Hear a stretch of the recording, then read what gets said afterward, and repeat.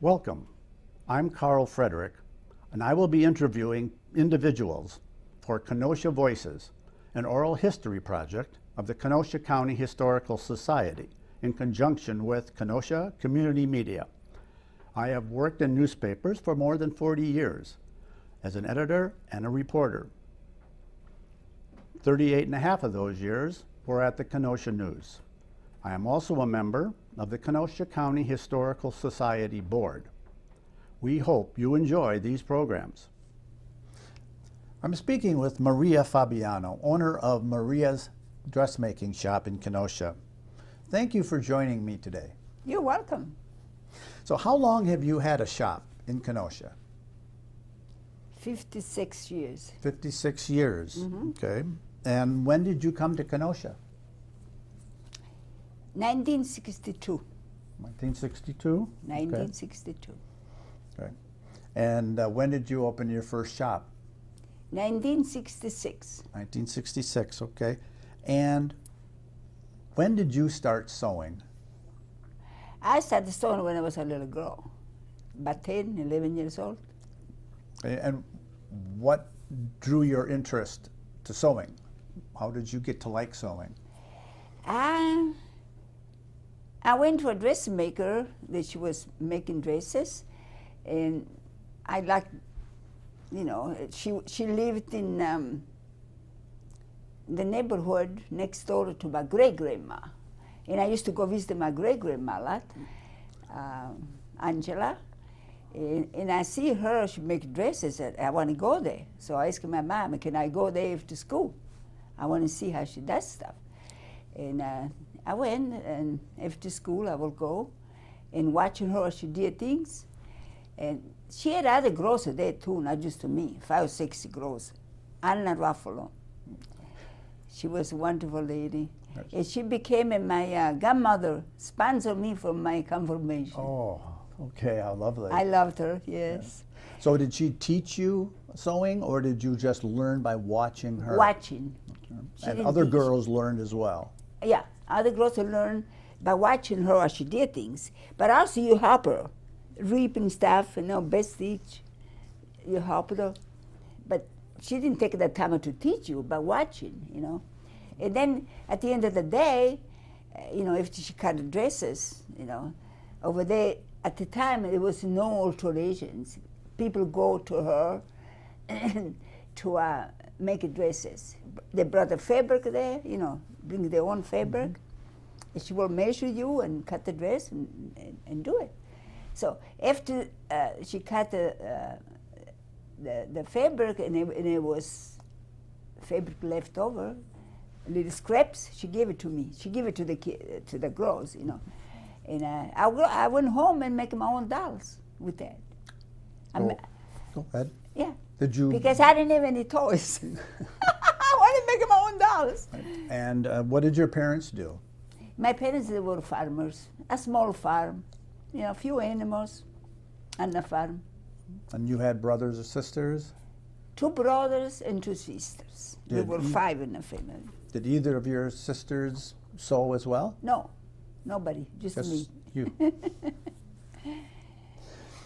Okay, then, and how did you develop your skills? You watched I keep on Anna. going there, and I pleaded with my mom to let me go because I want to do it, you know. Because for me, it was exciting. A little girl doing something with needle and thread and cloth and, you know. So after I go home from there, I started sewing, but by hand because I didn't have a sewing machine. I made dolls by hand. Also, I made a little bed for the dolls with the sheets, the pillowcases, the blankets, you know, on my own, you know, Mm-hmm. I did that. Then, later, my great aunt from California, Chancy Presta, she used to come every summer to take care of her ma. They will be my great-grandma, Angela. She was 97. Mm. And she came every summer from California. This lady was my grandma's sister, you know, my great aunt, my mama's aunt, Chancy. And she said, can you go get the water for me at the water fountain? And I will do that for her, because we didn't even know running water on the farm, you know. Mm-hmm. And I help her, and she said, a little girl shouldn't work, you know, because the parents at the time, they make you work on the farm, you know. And I said, you should go to school. But they didn't even know high school in my hometown, just elementary school. And you're done at 10 years old with elementary school. Mm-hmm. So she sent me the money to go to school in a big city, in Kenoshans. I was excited, you know. And one year she came, and I think I was about 13 then. She wrote me a letter, my name. The mailman said, Maria, come here, I got something for you. I was picking figs on the farm, picking figs. It was like September, October. And she said, I got a letter for you. When I opened it, was from her. And my name says, I know that your parents can afford to pay for schooling, you know. And I will send the money to you. I want you to get an education. I know you like to sew. And this place, a lot of girls from my hometown, they go to Cosenza with the nuns, because they were famous for sewing, for teaching sewing, you know. Also, I did a high school there, schooling and sewing, and I was there for 3 years, boarded room. You know, you sleep there, and I love it. I enjoy it. Design, make your own pattern, you know, at a paper, you drawing, you know, measurement. You take a measurement, and then you develop the pattern, and you make it any kind of style you want. You got to add more seams, more gather. If you go gather, you got to add more. They teach you all that. Is that the first time you used sewing machines? The first time I used a sewing machine, because the dressmaker, I mean, she only had one sewing machine, and she was using herself. She didn't allow the girls to go in there and sew on a sewing machine. You know, that was the first time, yeah. Okay. And how you said With you were the there? nuns. Oh, okay. You were there for 3 years, 3 years I was there. and then you were. After that, I went home. And I started to sew. 16. At 16. 16 years old.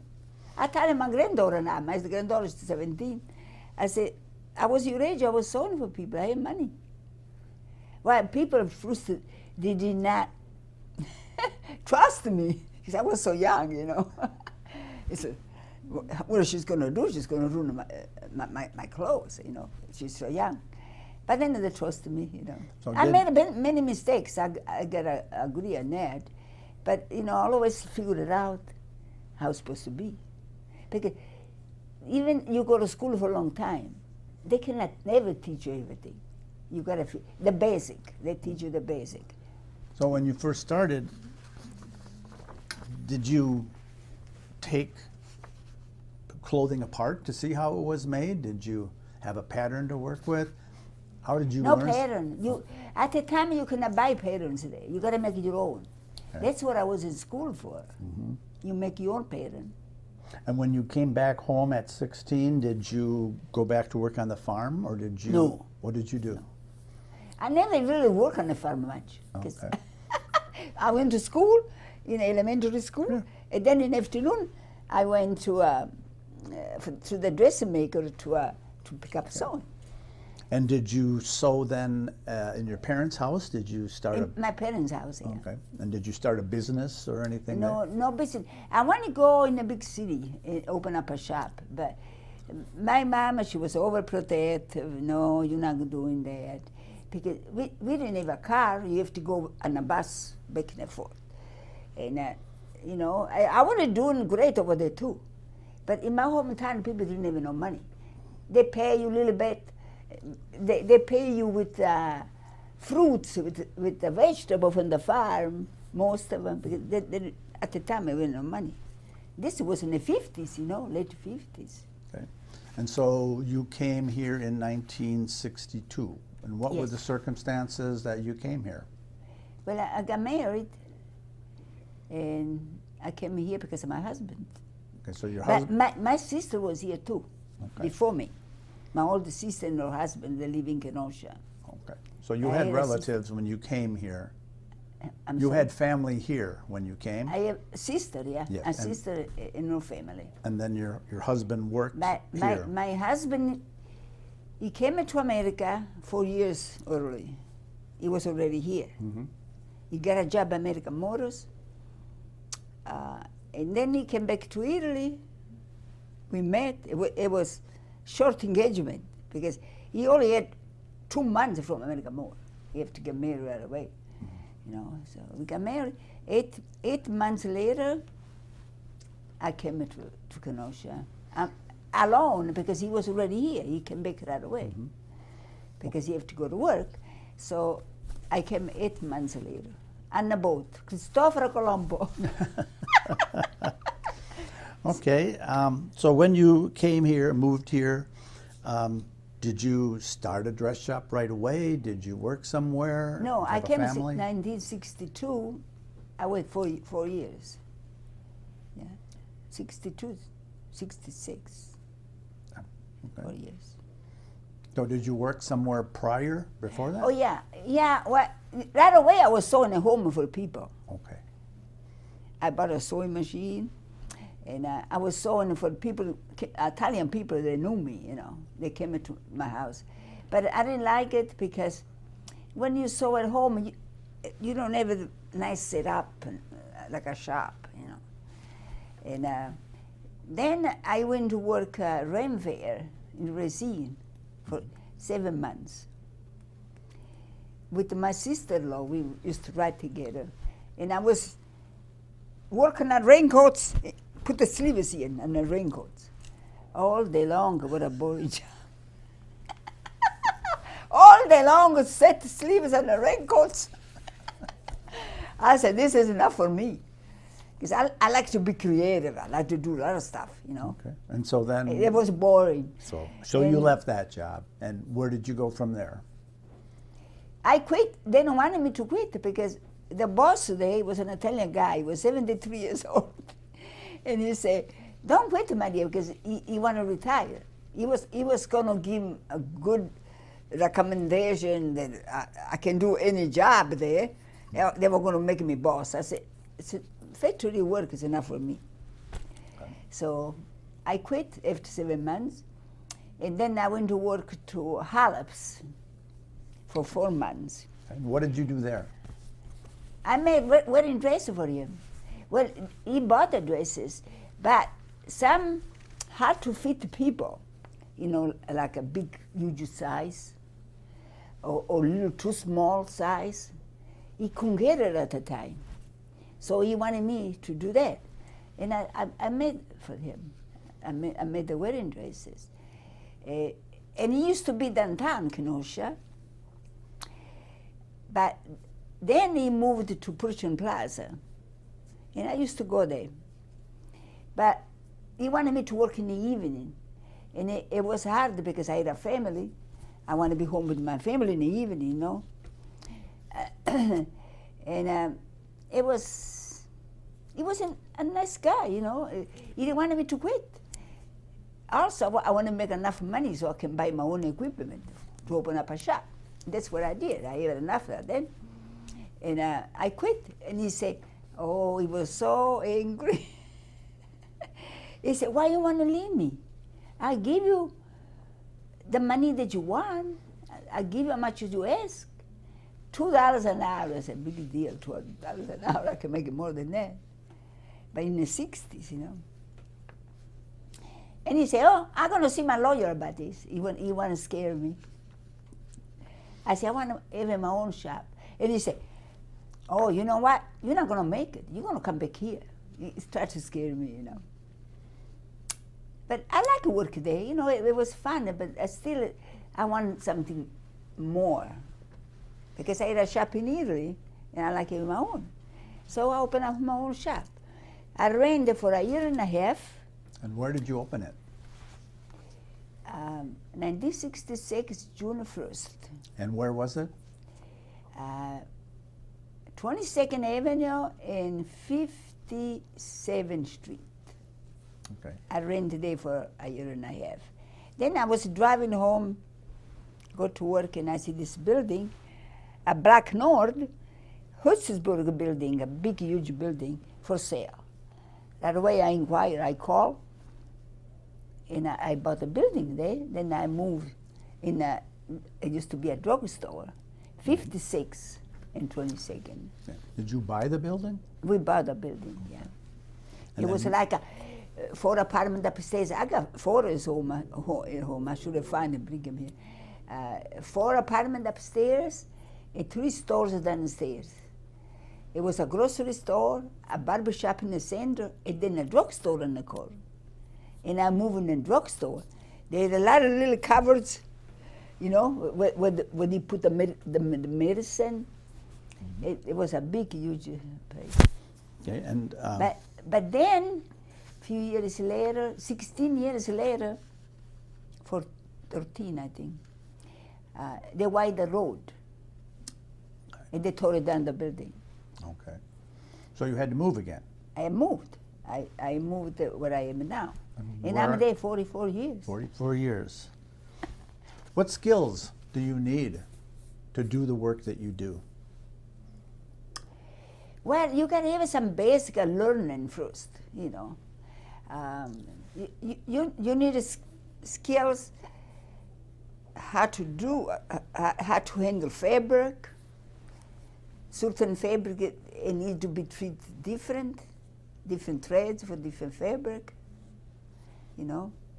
And back then, it was most polyester fabric, so it was be treated different, you know.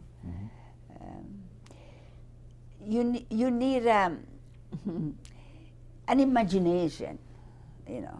You got to be creative, and you got to be able to work hard, and treat the people good. You know, satisfy the customers. That's the most important thing. Satisfy the customers. They're not happy, they're not coming back.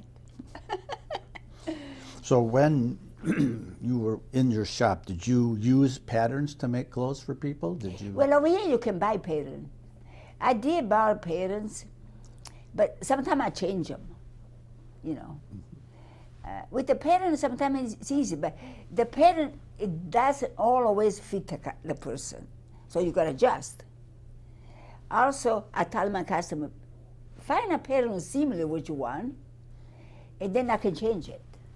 You know, I can do that. But I made those pictures that I brought here, those are made without a pattern. I just measurements, and I didn't even use a pattern. What I did, a marker on the cloth, on the fabric, and cut it. But see, the more you do and the more experience you get, it becomes easier. Right? True. Okay, so when you started your shops, basically you were making dresses. You were doing I was making making dresses. dresses. Did you make pants, suits? Everything. Everything. Everything. What do you like to make the most? Weddings. Wedding dress, bridesmaid dress, Okay. formals for special occasion. Yeah. Well, you make more money in that. You make more money. I do most everything. You know, shorten pants and later out to take in pants, take in skirts, take in. But you know, in between the other jobs, I do that. I don't do it all day long because you don't make no money. You know, but by doing one dress in a day, you make money. You know. You How- gotta be productive. Okay, yeah, I'm sure, certainly. Do you have to work fast? You have to work fast and you gotta do a good job, productive. Otherwise, you cannot be in business, because you have overheads, you know. And Okay. How does the economy affect your business? not at all. It doesn't affect me. Bad economy, business is good. Good economy. My business, my business is always good. People always need clothes to be altered, to be fixed, you know. How did your business become affected by COVID? The COVID, I couldn't let nobody in, but people were still want to bring stuff in. But they told me that I cannot have nobody in, so I worked for a couple of months. I finished up everything that I had in the shop, and then I made myself a couple beautiful dresses. Before you know, I can have people come in again. That was the only time I was slow during the COVID. But it allowed you to catch up with all the work that was. Yes, yes. And you made yourself some. I made myself some clothes, yeah. Do you make several items of clothing for yourself, or every now and I then? made two formals, because I go dancing, I do ballroom dancing, you know, formals. Yeah. And I altered a lot of my stuff, you know, I did a lot of, for me, when I was all done with the people closer that I had there, then I saw for me, you know. Okay. How about technology? Are you keeping up with technology? No. And no. Okay. Not at all. Okay. So I have tell, iPhone, that's it. tell me about I your. have a computer at home I never use. I do everything in the old-fashioned way, and it works. Okay. So tell me about your equipment. You have sewing machine, two I machines, have 5 sewing machines, 5. and One that does an overcast, the serger overcast. The sewing machine is very important. It goes fast. It finish up the seam is inside, you know, so it won't unravel. I got that one. Then I have a blind stitch machine. Then I should have never bought it. What it does, it does the hem and the bottom, hems. But I don't like it because the stitch shows. It's more professional, do it by hand. So I do the hemming by hand. But I still got it there. Right. Then I have 2 other commercial sewing machine, backup one. and a one that I use it all the time. It's just a stretch stitch only, you know. And they're more strong, you know. when was the last time? And I'm sorry. No. And iron board with a good steam iron, I have, you know. And I have a backup one on there too, because sometimes they don't work. They only work. Every year I gotta have it fixed, send it to Chicago. But I have a backup one. Otherwise you won't be able to sew. You So- need the right equipment, you know. When was the last time you bought a sewing machine? I bought a sewing machine about a year and a half ago, 2 years, a year and a half ago. Because my other one was broken, and they won't fix it for a few days. They want to give me one of those little portable one. And I said, the portable one isn't strong enough to do heavy duty stuff. So I went to Chicago and I bought another one. It works okay, but I still like the old one. Then I have fixed the old one. And how old is your older one? 45 years old. 45 years old, and you use it every day. Yeah. How has fabric changed over time, or thread changed? Fabric change, yes. Like I say, it used to be more polyester, you know, in the 70s, 80s, more polyester. Now it's a blend, you know, polyester and cotton, polyester and spandex, you know. The fabric stretches. We use stretchy fabric for a lot of things, for pants, for dresses. It gives, it stretches. But fabric, it's about the same. I like a velvet fabric, pure silk, you know, because when you put so much money in to make it, it pays to use a good fabric, you know. How about buttonholes? Do you have a machine for buttonholes? I used to have it in my shop, but I took it home because I wasn't using it much. I was using them most for overcast seam, a zigzag. It was a Necchi, an Italian sewing machine. And I took it home because after I got the serger to finish up the seam, I wasn't using the neck anymore, to overcast the seams. I don't only use it for buttonholes. I can use it at home for buttonholes, but I do it by hand, buttonhole by hand. Have you ever had any employees? Off and on, somebody helping me a little bit, but not too much. No. Tell me about your customers. Who are they? Oh, I get all kinds of customers. Some are from Illinois, they come to me.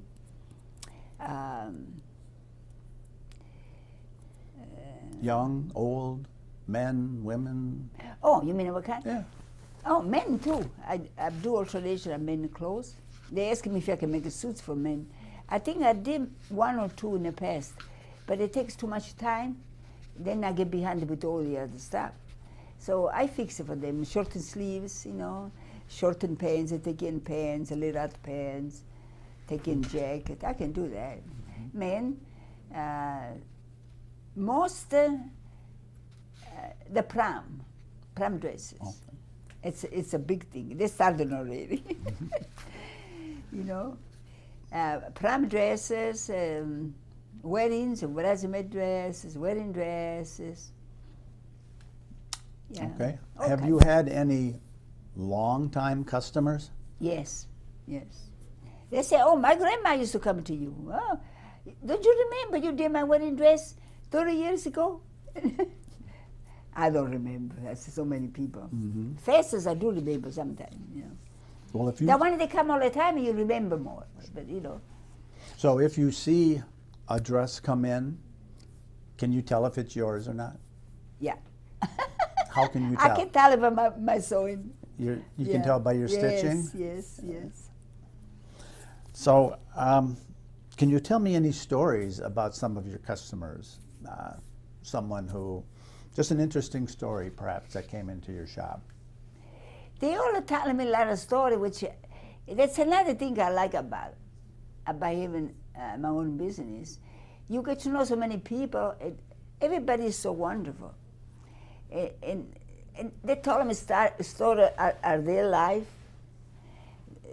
It's it makes you feel good, And then you see them again, and you become friends. I made a lot of friends in my shop. Mm-hmm. Yeah. So do you remember ever making a dress for somebody and then having it show up at your shop with somebody else owning it? What do you mean? What I mean is, did you make a dress for somebody who then later sold it to another person? Yes. Well, this one girl, I made a wedding dress for a customer that was like 15 years ago. And then another girl came in, and I looked at her and said, this look like I made it. Oh, yeah, you did. And a friend of hers gave it to her, and she needs a little repair, and I fixed it for her. I said, I have a picture on the wall. Look at the dress today. Yes. Have you ever had any unusual requests, any things that you had to make for somebody that you thought, well, I've never done this before. This will be fun. Can you think of any stories? Oh, I made a lot of stuff that I never made it before, but I figured it out. Oh, a dress for a pig. A dress for a pig? For a pig from Canada. A Canadian pig. This pig was famous. I don't know if she's still alive or not. Esther the Wonder Pig. Esther the Wonder Pig, yeah. Yeah. This lady from Kenosha, she wanted me to make a dress for the pig because she liked the pig and she wanted me to make a dress. I said, I have no measurement. What kind of pig is it? So she got the measurements from the owner and she brought it to me and I made 2 dresses for the pig. And then she came with photos, video, a video on her phone, and she showed me how the pig wore the dress. But also, this pig was very famous. I guess other people use him for advertisement, like T-shirt. You know, a company from T-shirt. Mm-hmm. They use they make T-shirt for the pig. They make advertising out of that. And she showed me this pig looked like. It was huge. She will go get out of the house, go in the backyard, go back in the house, and lay on the couch. She was a huge. But one time she was sick. The pig was sick because this lady came a couple times to me to do the dresses. So I did, and I took a picture of the head. But I didn't take a picture of the dress. Mm. So I brought some here. Oh, yeah, that was very unusual for a pig. But it turned out good because I had the measurement, you know. So, are you slowing down now, being in business for so long, taking it easy, or you just keep? I'm still going to keep on going. I don't know when I'm going to slow down. I cannot work as many hours as I used to because I get tired a little bit, you know. But I'm doing it every day. But you do it because you love it? Yeah, I like it. It's hard to give it up, you know. This business is so many years that I'm in, and I don't know. But I used to take a lot of vacation. This year I didn't take any yet. You know, take a vacation and you know, I feel this way. What are my customers going to do? I mean, they say, please don't quit, please don't quit. Yeah. As long as I feel good, you know. I cannot do what I used to so many hours ago. I was never tired. I had a lot of energy. I can still do it, but not too many hours. Well, thank you for joining me today. Oh, you're welcome.